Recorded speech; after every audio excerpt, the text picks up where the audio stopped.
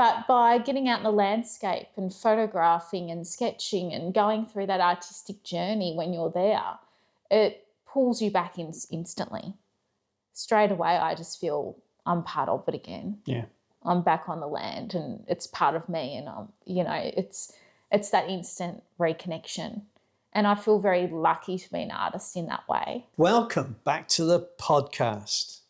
I'm back in Launceston on another beautiful summer's day, and I'm in the home and studio of Brooke van Ruiswyk, multidisciplinary artist. Brooke, thank you so much for inviting me over to your place.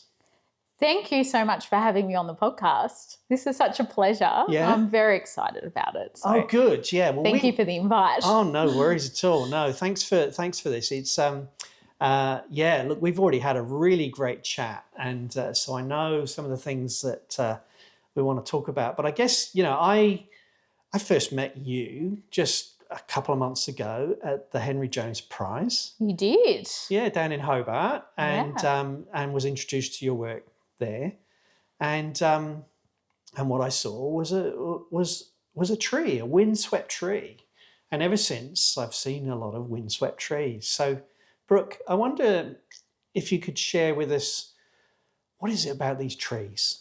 What is it about these trees? So my practice for the last 3+ years now, it really has documented some really gorgeous trees, in my opinion. They are so special to me. So I try to capture memories that I have from my childhood. And as we're talking about before, I feel like I've told you my life story at this stage, but I grew up on a farm at Forest, Circular Head, and my family has come from Circular Head and been there for generations. I think I'm 9th generation or something, and essentially they've been positioned all over Circular Head. So I used to see all these gorgeous trees on the farm at Forest growing up. We did have, part of our farm was called Black Wall, and that was because the trees were just so dense. So that left a big impression on me.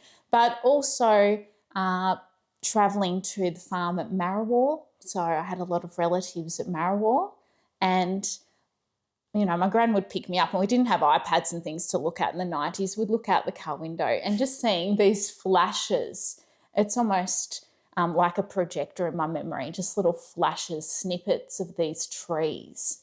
And I was just taken by them. And now as an adult, I just think back, and really those memories, they're so precious to me. And I know that, if I've had this experience, I'm sure there are other people who will connect to my work because they've grown up in these rural areas. They might not reside there now, but that's where they're from. And that's when they see these trees, they'll have that nostalgic feeling, as I do. So it's a little bit of nostalgia. Yeah. Yeah. I mean, I do. I grew up in a little village in rural England, and when you were describing your journey to Marrawar, through the trees, and that got me thinking of when we used to drive down to the beach, and there's something about that landscape, and so landscape is a key part of. So your work is landscape. Yes. Yeah. So in recent years, that's where my work has gone. Yeah. It's not always been the case. So I did start out with portraiture, and I was a photographer.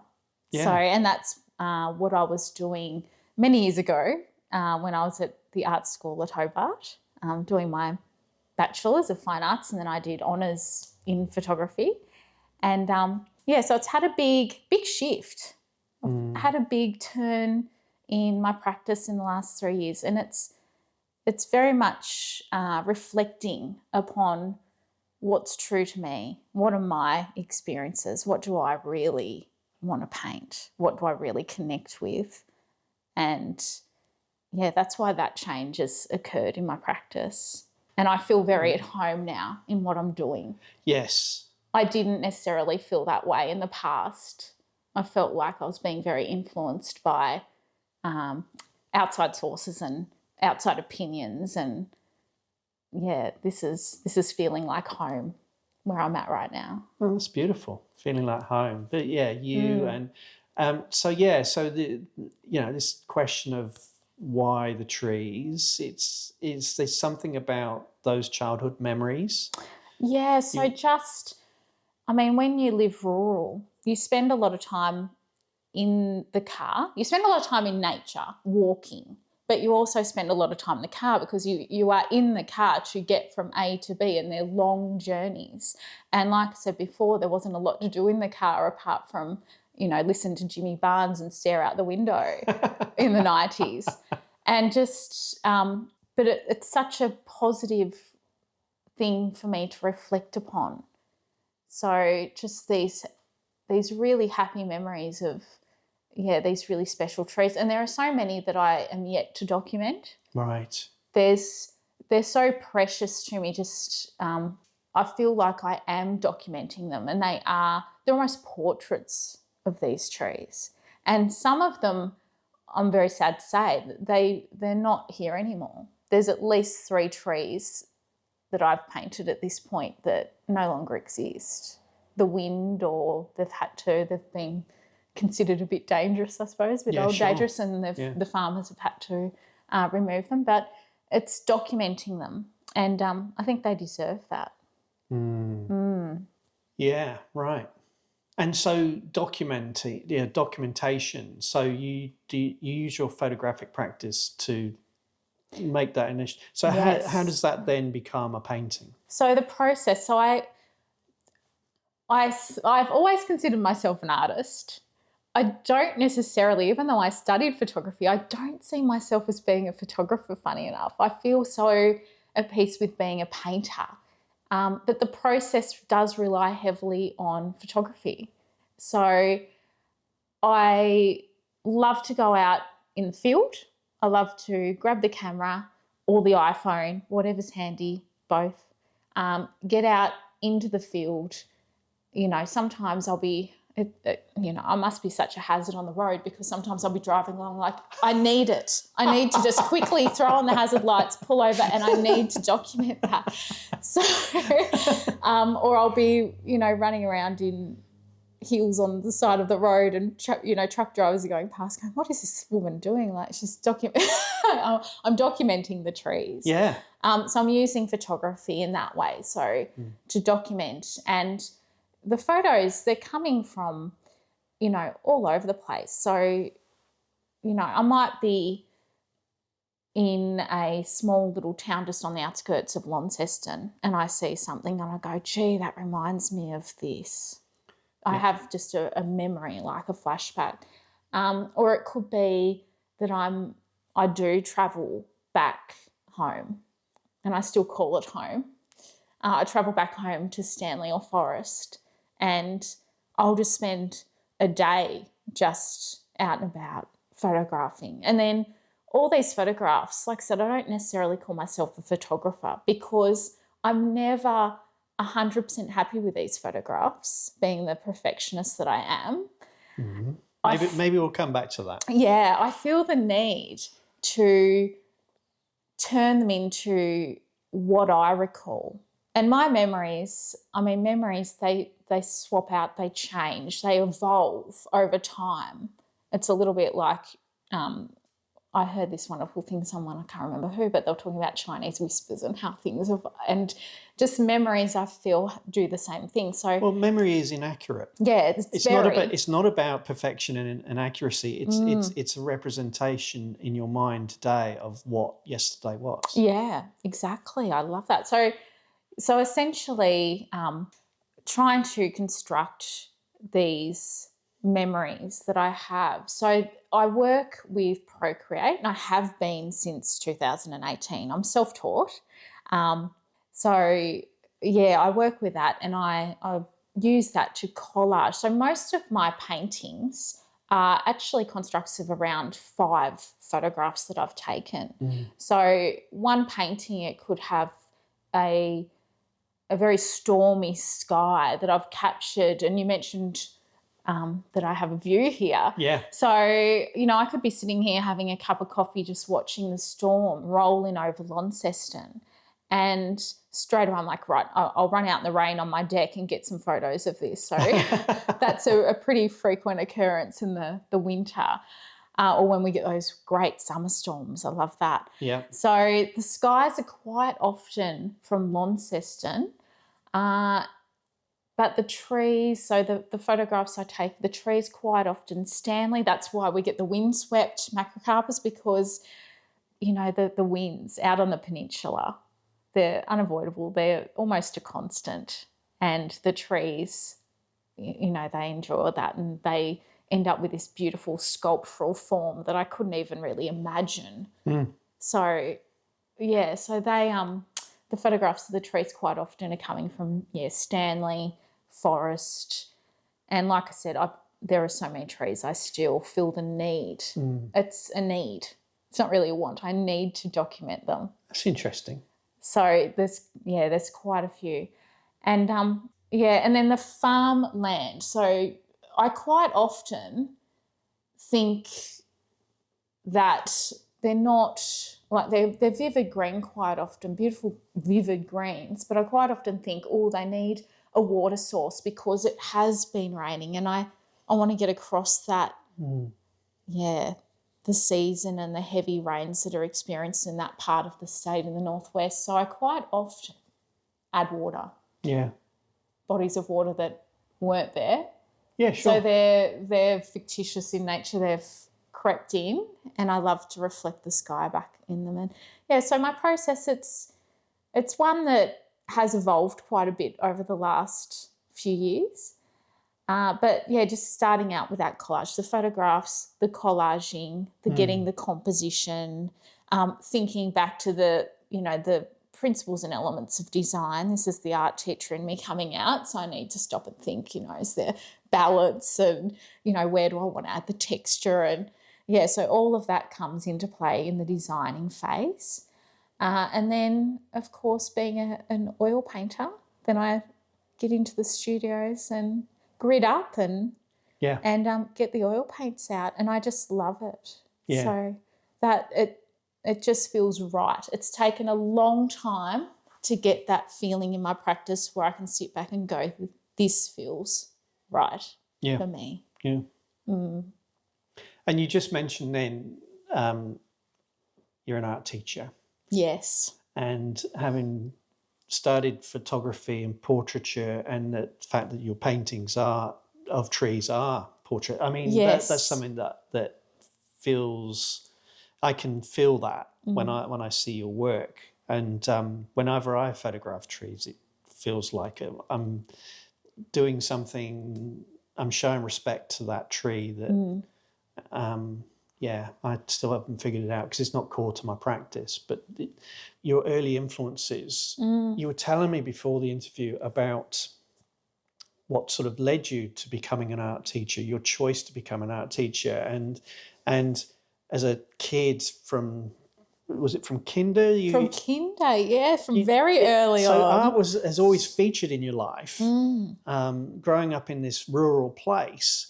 And like me, for me, it's like, I was the same, but didn't have influences in and around my life that would then help me to see this as a career. But you made it a career by becoming an art teacher. So how did that work for you? Yeah, so I feel very lucky with my art journey. I've always felt like an artist ever since being a young child, because I was encouraged. It was something that, I was told, you're good at this, and this is something that you should aim to do. Yeah. So it was very much encouraged. But in saying that, also coming from a small town, there's always that question of, well, how do you turn this into a career? How are you going to actually do this? Is it realistic? So, so from a really young age, very much into art, and I always had that at the forefront of my mind. And I was very lucky. I was encouraged with it. I met some wonderful artists along the way. I didn't mention this before, but even growing up, before, even in primary school, I met some amazing artists, and I got my first camera when I was still in primary school from, a backpacker who worked on my parents' farm for a little while. Oh, how cool is that? Yeah, little orange plastic camera, fantastic film camera. And I really encouraged and loved it from a young age. But very lucky, went through a wonderful high school / college and had some brilliant teachers who were professional artists. And to this day, I still think, wow, like that's so cool, so amazing that I had these individuals as my art teachers. Like, does it get luckier? But it was mid high school when I thought, no, I want to be an art teacher. These art teachers are so great that I have. I want their job, and that's something that I can achieve. And I set my path on that journey. So from a pretty young age, and had the very lucky that I was able to set up my little art studio in my house with my oil paints, and away I went and had the camera set up and all the rest of it. So very lucky. But so my journey. So I did go to straight to art school. Moved out of home, went to Hobart, 18, went into art school. I found that photography was really where I was being sort of directed. I really loved the lecturers in the art school at that time who were teaching that. And so I sort of clicked with that. Yeah. And I had a lot of outside influence as well to go that way. So, so paintings, that sort of didn't evolve at that point. It was all about photography. So, yeah. And so then finished that, came to Launceston and did art teaching. And look, I've been teaching visual art now for about 16 years. Yeah. I think this is my 16th year. And it's been, in the early days when I was full-time, was very consuming. I found that, and I was given the advice that, look, be realistic when you first start teaching art. This came from a colleague, fellow art teacher. You're going to go for probably years and not create anything yourself, because all your energy is going to be going into your students. Yeah. And, fostering their creativity and I did find that was the case. So while I've always felt like an artist, I've had moments where no art's been happening, I haven't been selling art. Like, I haven't really relied on that to feel like I am an artist. It's just something I've always felt. But recent years I've been part-time teaching, and that has opened many doors. So it's allowed me to walk through the door of, getting back into the studio, on the verge of being studios. Well, yeah, this is something you showed me. You showed me when we walked in. Is you're actually in the process of moving from one studio here in the house to another? Yes, I'm overtaking another part of the house, so that's exciting. So it's allowed me to really get in and really focus on. I've been focusing on other people for so long. All these wonderful students of mine. It's my turn to have a little bit of time to focus on my artistic endeavours and where I need to go with that, and what I need to express and get out into the world. Well, that's the thing. You just used the key word there. I was thinking you've given yourself time, and time is our most precious. It's a valuable resource, the most precious, isn't it? Yeah. And so if you are spending, in full-time work, whatever that work is, it's going to be really difficult to make the time elsewhere in your life for your arts practice. And you have a young family as well. Yes. Oh, look, that's a whole nother ball game, isn't it? Being a working mother, that's a whole nother story.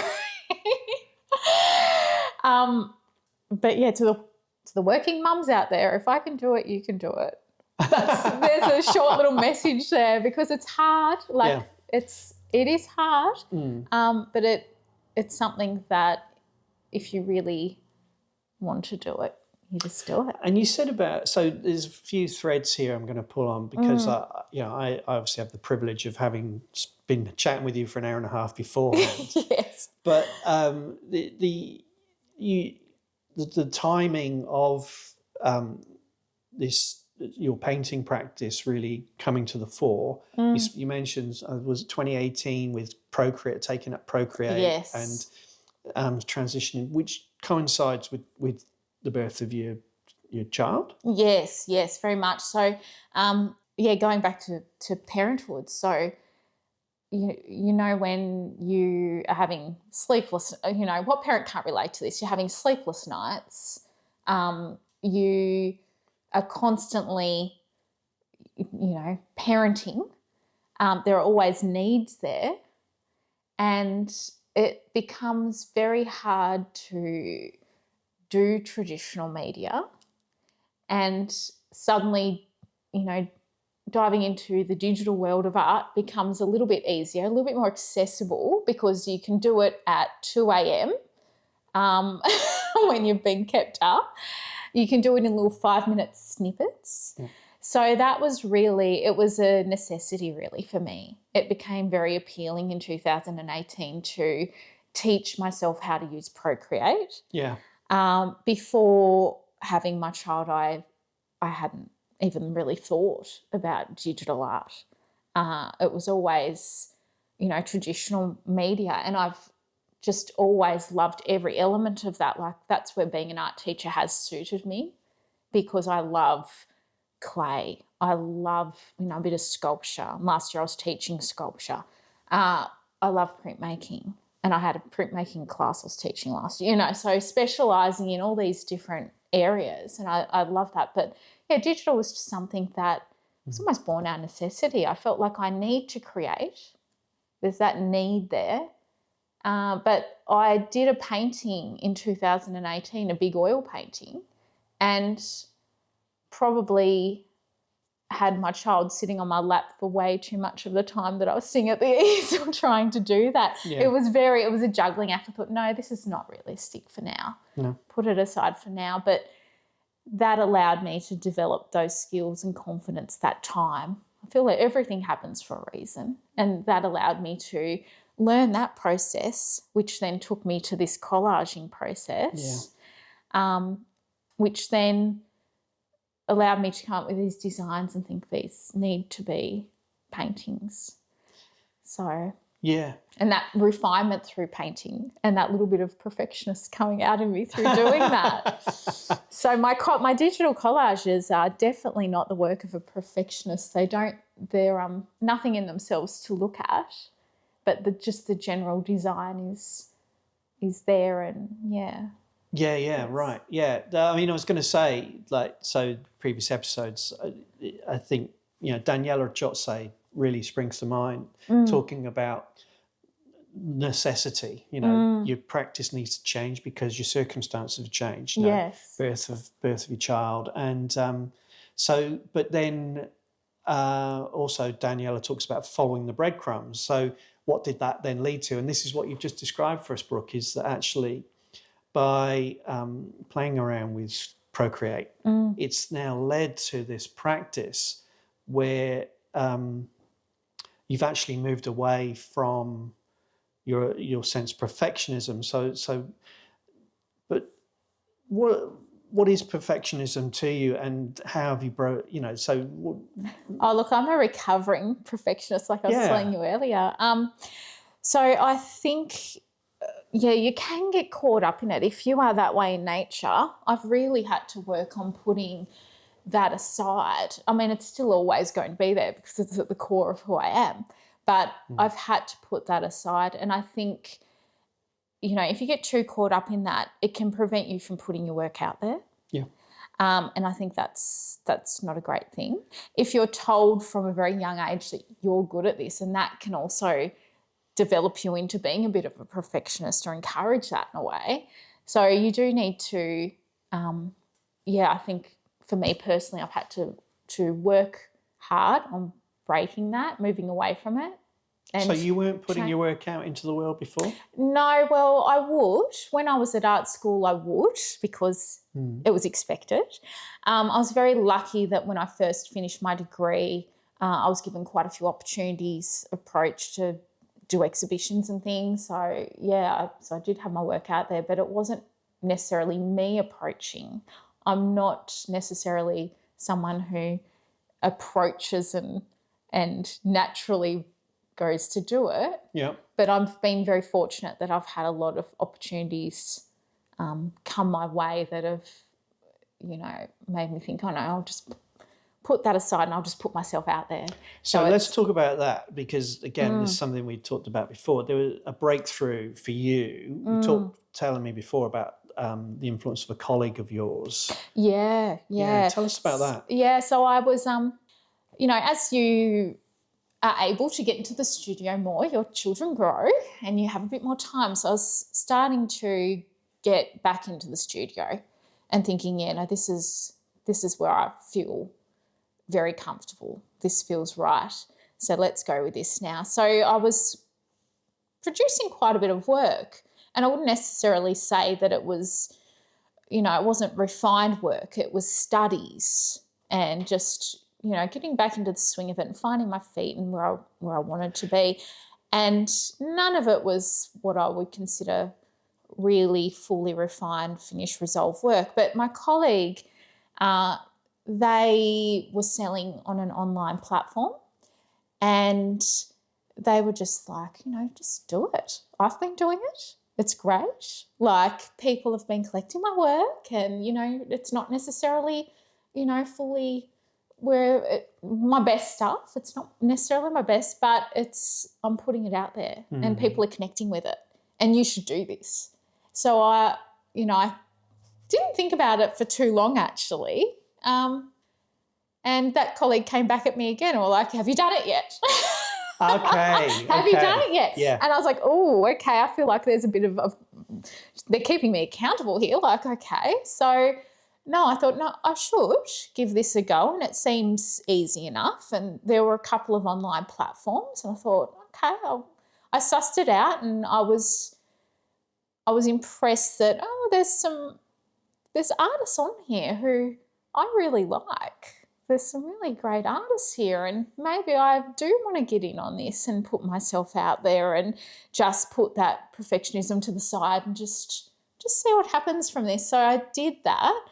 And look, I haven't really looked back, because it did. I think just putting your work out there, and I did get positive responses, and I think that feedback sort of propelled me to go, okay, so people are connecting with this. Some of the collectors would be, just beautiful people who would write me emails, send me pictures of my work in situ, and those touching moments made me think, okay, no, this is nice. I do like putting my work out there, actually, for collectors to put in their homes, it was one of those little breakthrough moments. I thought, no, this is nice, actually. This might be better than hoarding my work for only me to see. Yeah. So, and I'm very thankful to that colleague that they did push me in that direction initially. And that's probably, I don't know how long ago now, probably 3 years ago this journey started, and when I did that, and just so many opportunities have come out of that. So it's something that I'm very thankful that they did. Yeah. And you were telling me that last year was a very busy year for you. Oh, tremendously busy. Yeah, and you had busy. You had a solo exhibition. Yes, I did. So I really lucky. So one thing that happened at the end of 2023, I had Man Young Gallery in Victoria approach me to want to represent me for Victoria, and I hadn't really given that side of things too much thought, to be really honest. So it was really lovely that I had that interest, and they'd seen one of my paintings, I believe at the Salamanca Arts Centre, and they got in touch with me. luckily I was online because that made it easy for them to track me down. And, they've given me so many opportunities. I've had a lot of, exposure through that gallery because they do own multiple galleries throughout Victoria, mostly the Mornington Peninsula. And last year, April, I did have a sellout solo exhibition, The Places We Know, and I got some really great feedback from that. So that, once again, I had collectors contacting me just saying, oh, look, I felt like I needed to collect this particular artwork because it just gives me these beautiful nostalgic memories of my father's farm, you know, if he didn't have machinery everywhere, you know, like these funny little things. And and it was lovely that, and I thought I titled that show correctly. It's the places we know. They're the places that we recall from a different point in our life that are still precious to us now. And, so that was great. And luckily they were all collected, and that has prompted the gallery to ask me to have another solo exhibition, a bigger one this time. So I anticipate there'll be twice the number of works as last year's.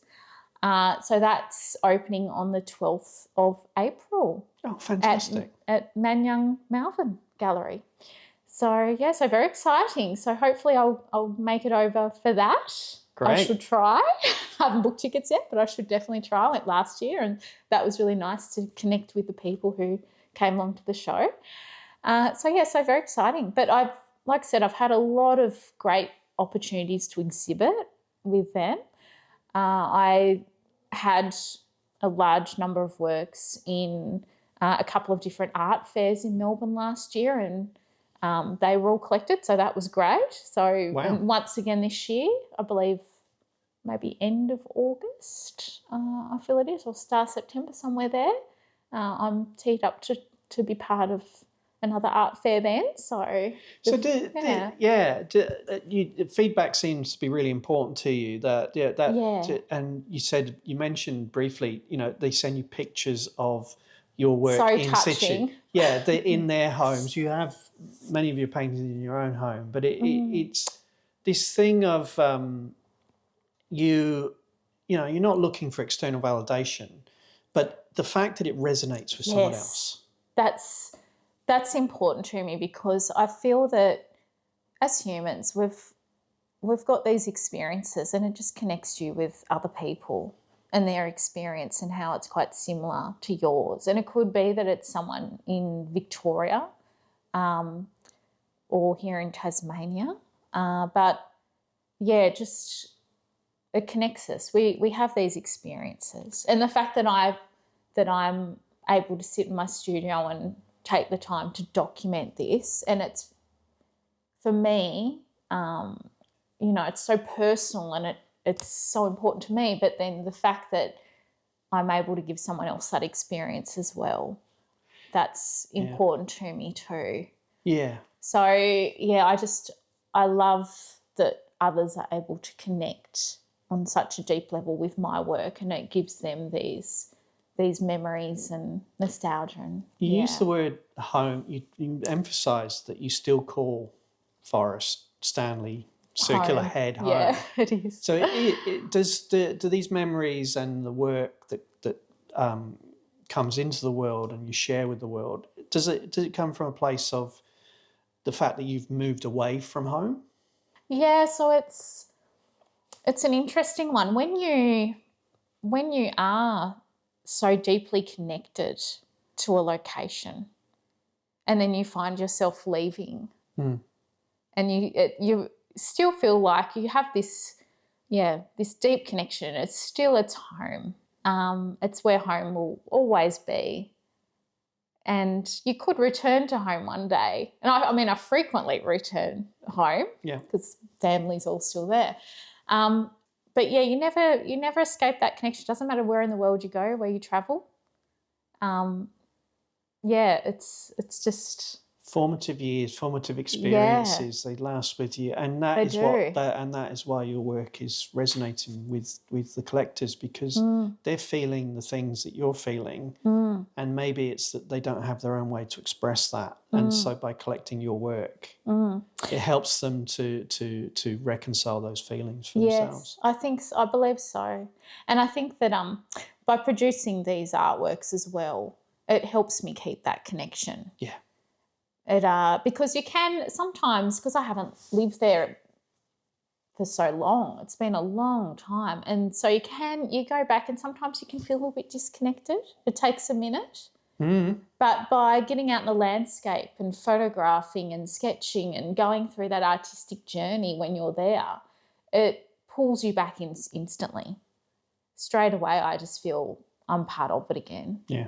I'm back on the land and it's part of me, and it's that instant reconnection.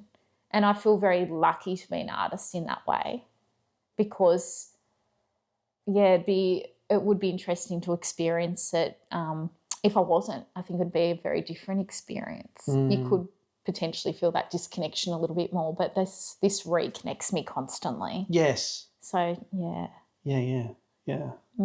And so that leads me to my obvious question, because what's the question that's obvious to me is it's sort of, so 3 years into this particular practice that is really resonating with the world and it's really meaningful to you, is where do you take this now? And I know that you've been a Glover finalist. I saw your work at the Henry Jones Prize. I saw another piece of your work at Tidal in Devonport. Yes. Yeah. And I mean, it shone. It stood and Bay out. of Fire. I was very lucky to be in the Bay of Fires last year. Ah, congratulations. Have I you didn't been know to that one before? No, not yet. No, it was great. Yeah. Yeah. Okay. It was really good. Yeah. So, before we get to what's next then, so is that an important part of your practice as well for you as well? I think, I've been, it's one of those things. I do love putting my work out there. I do love exhibiting now. I think I broke that barrier where I had that barrier, and I've broken the barrier down. And now I'm just like, get the work out there. Yeah, you're all systems go. I'm all systems go. And I'm naturally a busy person, and I dare say a bit of a workaholic. So we're talking about weekend workers before, and it's not uncommon for me to be in the studio from Monday to Friday and then go a little bit of Saturday and maybe most of Saturday, So I tend to work a lot, and I've produced quite a few paintings over the 3 years, and because I've just had that body of work, I think, well, why not put myself out there? So I've been very, very lucky the last few years that I've entered some things. I always, and I just want to put this out there, I always have the attitude that don't expect anything, and if you get something, that's fabulous, but never expect anything. No. Because you just, so that's how I look at it. But I've learned over the last few years just to put myself out there, and I think it's a very encouraging thing when others go, that's great. So I'll, would like you to be part of this exhibition. Fantastic. So, that's a lovely thing. And it does allow, I think the important part is it does allow people to see your work and connect with it. That's the biggest thing for me. Yeah. The Glover was a big one, like having work in the Glover 2 years in a row, like that was incredible. And I did have quite a few people contact me because they had seen that exhibition, and I've had commissions come out of that, etc. So people who have been like, like your work, I really connected with your work, and this is my experience of my landscape, and how could that turn into an artwork, and with your experience of that, so it's turned into a few collaborations, and it's really? lovely. So so it's something that I think it's a really important part of your practice if you're trying to get your work seen. And you would like to have your work seen, which is my case now. I would like it to be seen. I'm at that stage where... Well, you said it. You've had that breakthrough, and you've again, it comes from a place of you just described.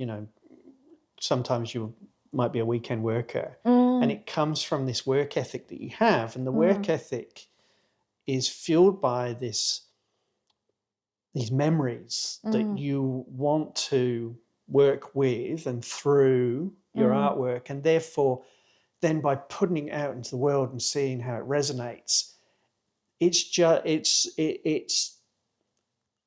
cyclical.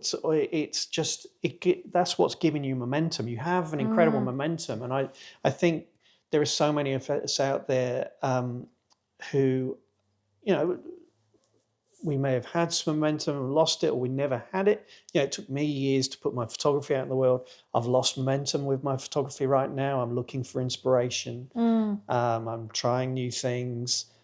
But yeah, I think what you show us, Brooke, is just that push from a colleague, then seeing that it does resonate with the world, and now what that's doing for you, your practice, and for those people who do collect your work. It's really meaningful to everyone. It's not about it's not about economics or finance. It's about meaning and value. Yeah, yep, definitely. So and I think there's a lot to be said for where I'm at now. Like it's like I said, I'm on this path. Yeah. It feels right. I feel like I always take away the word want. It's a need. I need to continue this path.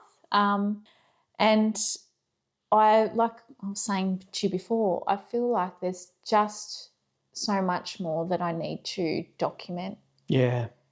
So that's an important part of my practice now is documenting and making sure that these precious parts of our environment, our landscape, are seen.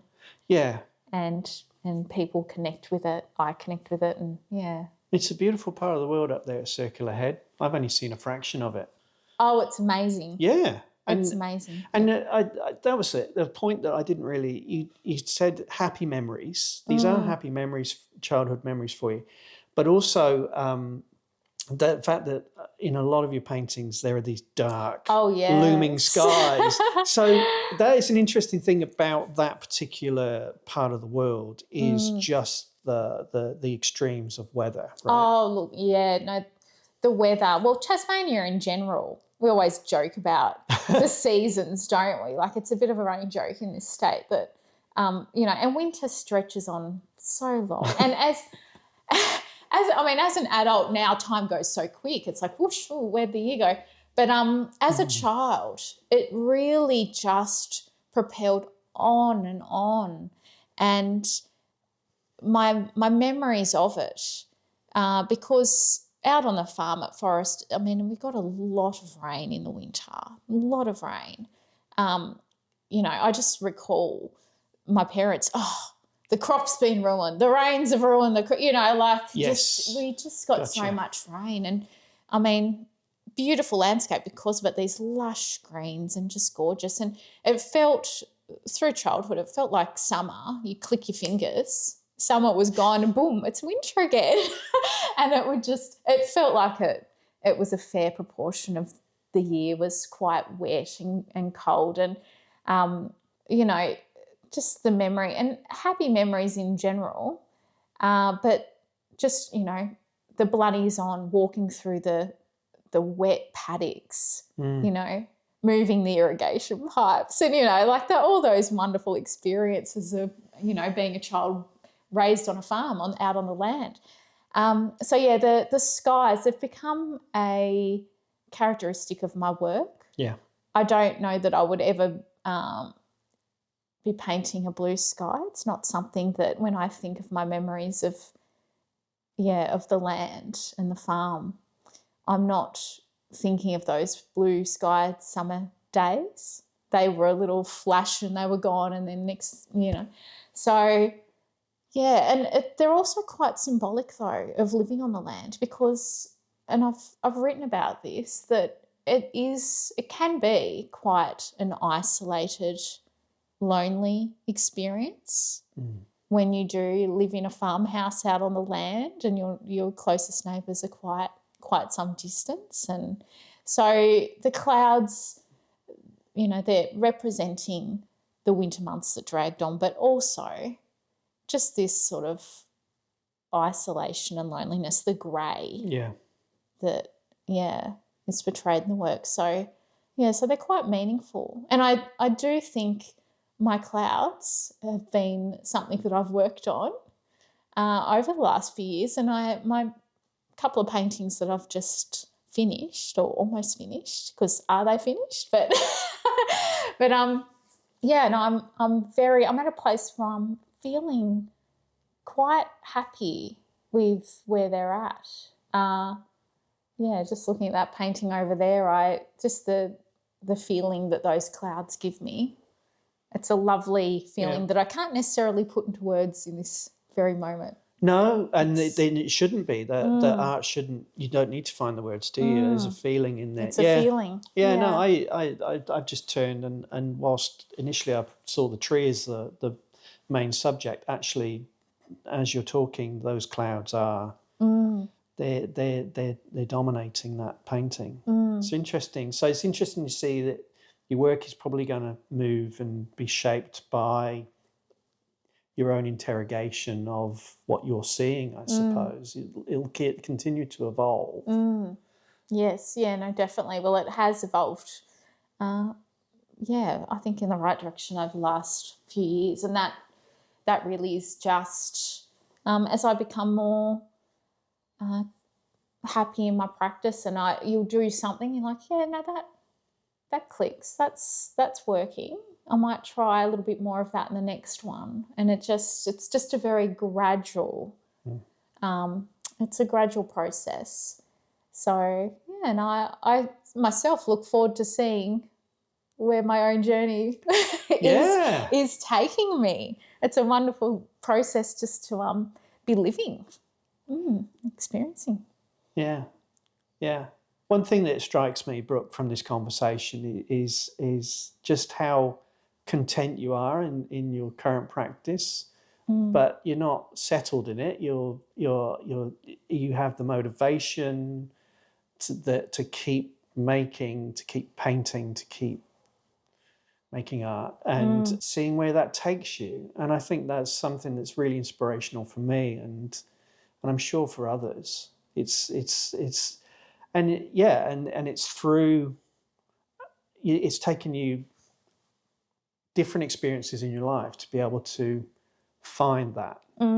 It has been a journey. Yeah, it really has been a journey. It's a really interesting journey, and it's a really meaningful one, and one that I think so many of us can take something away from.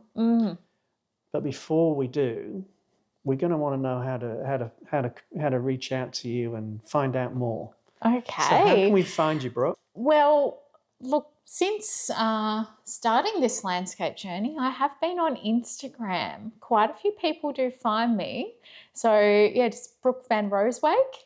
Yeah, so that's nice and easy. Not really. The spellings, you might have to put the spelling on there. No, it'll be in the show notes. So it's in the show notes. But so I'm constantly on there sharing my work. That's been really a nice platform for me to share and get feedback from the artistic community and collectors, so that's great. But also, where else am I? I'm on Facebook, but that's Brooke van Ruiswyk Gallery. Oh. And I'm in the process of having a website built. And look, I reckon that's about a week away. So that one is... what is it? www.brookevanruiswyk.com. Okay. That's nice and simple, isn't it? Well, it'll be up by the time, so if you're listening right now, it's already there because we're a few weeks ahead with the recording. Yeah, so if anyone would like to find out more about me, hopefully they'll come across a really lovely website with all that information. So yeah, I'm a little bit. Can you tell I'm a little bit excited about that? Yeah, absolutely, and so you should be. Yeah, so that will be great.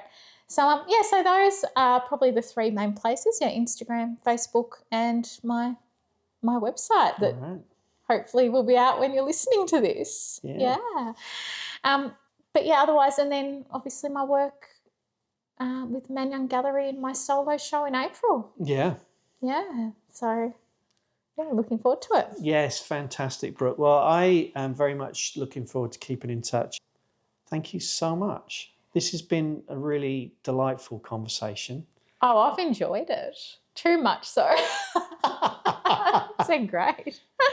And to think I'm only relatively new to podcasts, so. Yes, well, there you go. No. Well, look, thank you, Brooke, and thank you to Rusty, the dog, as well. Who hasn't he been a good boy? Oh, he sure has. Rusty is my wonderful King Charles Cavalier, and I think he has slept for most of this, hasn't he? He has. Yeah, so look, thank you to both of you for inviting me and bringing us into your practice, into your world. Thanks, Brooke. Oh, thank you, Tim. It's been great.